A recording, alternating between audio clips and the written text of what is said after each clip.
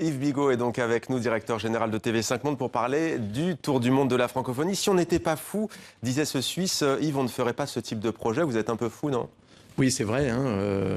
Mais nous, on va s'occuper de la vie des francophones sur notre planète, la Terre, puisqu'on va proposer à nos téléspectateurs, sur les 9 chaînes généralistes de TV5 Monde, 25 heures de direct sur chacun des fuseaux horaires de notre planète, avec évidemment l'aide de nos chaînes partenaires, France Télévisions à travers ses stations Outre-mer Première, qui nous accueilleront pour 5 émissions, Radio-Canada qui en traitera 3 sur leur territoire, et puis aussi la RTS qui nous accueillera à Genève, la RTBF à Bruxelles, et des chaînes amies qui ne sont pas des chaînes constituantes de TV5 Monde, mais comme CCTV en Chine, Call TV à Madagascar, ou OTV qui vous accueillera, Mohamed, à Beyrouth, ou B1 à Kinshasa. 23 destinations au total, c'est comme Jules Verne, mais c'est à l'envers, c'est ça? Alors on tourne dans le sens inverse de la rotation terrestre, de manière à toujours être à peu près à l'heure du zénith, là où nous sommes, pour profiter des paysages formidables qui sont aussi ceux de la francophonie. Et j'avais eu ce genre un peu d'initiative de Tour du Monde à l'occasion très différente, parce que là il s'agit de célébrer l'énergie, les initiatives, la créativité de la francophonie, la place de la langue française, de nos cultures. À l'époque, quand j'étais à France 2, c'était le passage à l'an 2000. Et là, on avait fait aussi pendant 40 heures de direct, mais les 24 heures de Tour du Monde. Et évidemment, on l'avait fait dans ce tour-là, puisqu'on démarrait. On avait été la première chaîne à passer à l'an 2000, d'ailleurs. C'était un exploit quand même, parce qu'on était les seuls à être, avec Gérard Rolls et Olivier Chiabodo, aux îles Tonga, c'est-à-dire juste après la limite de la ligne de changement de date. Et on était les seuls à pouvoir émettre de là-bas, puisqu'on avait le seul fly, qui est l'équipement qui permet d'émettre où qu'on soit sur la planète. Alors on voit donc des images et donc l'habillage notamment signé d'un certain Castel Bajac. Quelle est l'ambition juste de cette vaste opération, Yves?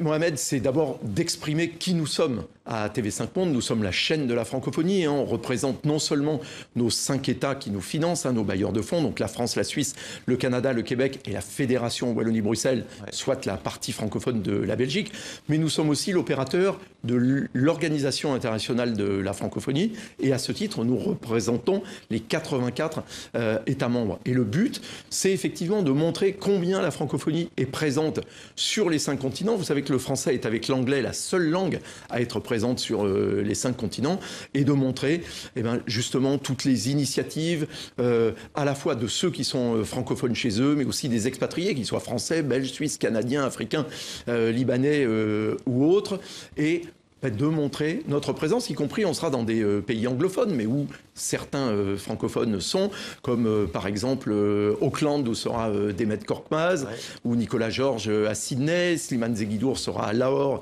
au Pascal Pakistan. Vessé en Corée du Sud aussi, par exemple. Absolument, Estelle Martin chez ses amis chinois à Pékin. De quoi va-t-on parler justement? On pourra parler gastronomie, culture, politique aussi. S'agissant du Liban, nous parlons bien entendu de la question des réfugiés, des réfugiés syriens, qui a agité le pays cet été.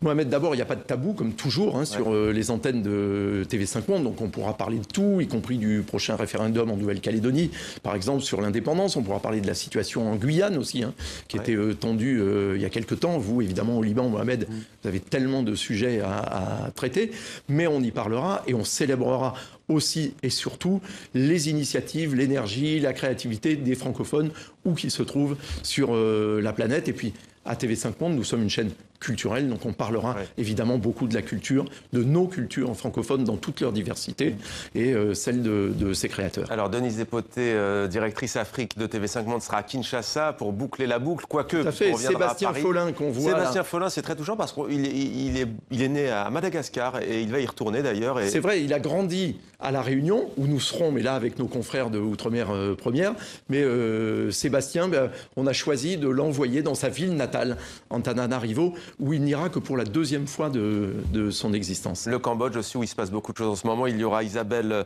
Malivoire, présentatrice que l'on connaît bien à TV5 Monde. Comment vous est venue l'idée de ce projet? On l'a vu, un hashtag, c'est très important, mot dièse ou mot-clic, comme vous disiez ce matin à Paris, au siège de l'OIF, hashtag TDMF.